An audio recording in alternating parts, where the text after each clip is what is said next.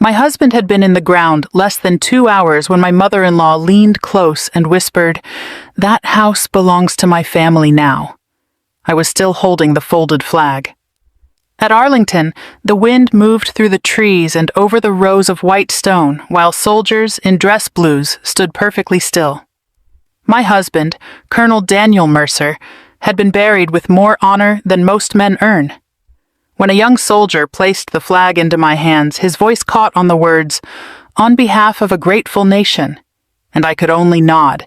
Daniel would have hated a scene.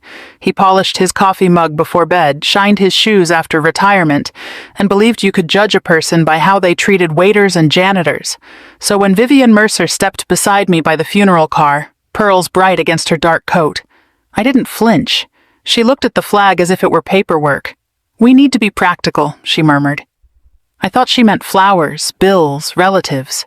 Then she leaned in and said, "That house belongs to my family now. So does the company." I stared at the loose thread on her sleeve. Behind her, Daniel's friend was talking softly to someone from the church. My sister was loading lilies into a trunk. Nobody heard Vivian's claim but me. I could have shouted.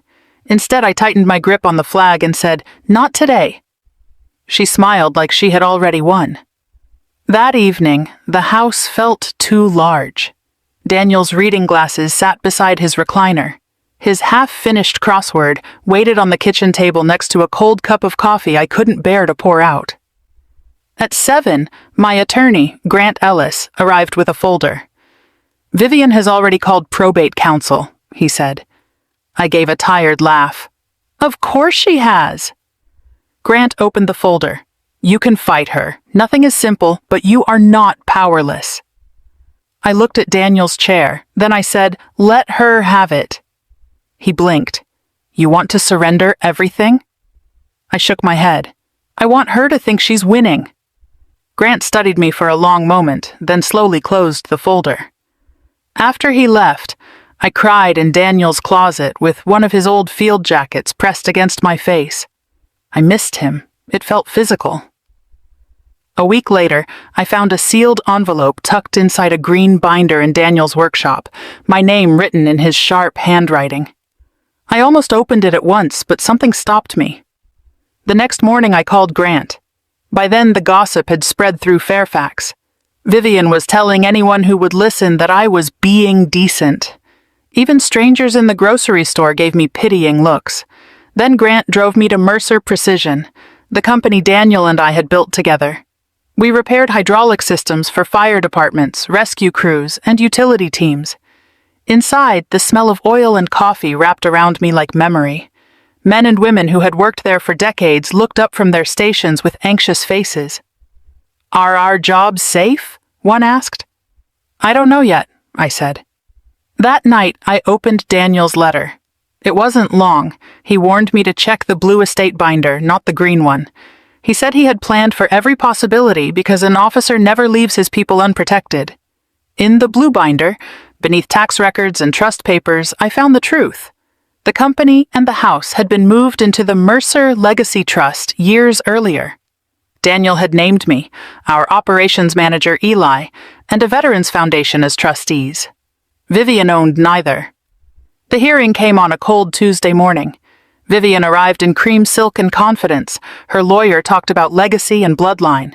Then Grant rose and asked the judge to verify the trust documents. Within minutes, the room changed. The assets Vivian had fought over were not probate property at all. The company had to stay in Virginia, keep its veteran hiring program, and retain most of its employees. Vivian stared, as if the floor had vanished beneath her. Then, the judge read Daniel's private letter to her.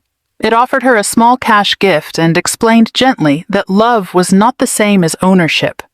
By the end, her claim was denied. Outside, the employees waited on the courthouse steps. Eli laughed when I told him he was a trustee. Daniel really trusted me? He trusted the people who stayed, truly, I said. The company kept running. The apprenticeships expanded. In spring, Vivian mailed me a short apology, and I put it inside Daniel's binder without answering. On Memorial Day, I brought white roses to Arlington and stood at Daniel's grave while the leaves stirred around my feet. I understand now, I whispered. You were protecting people. For the first time since the funeral, I felt peace instead of anger.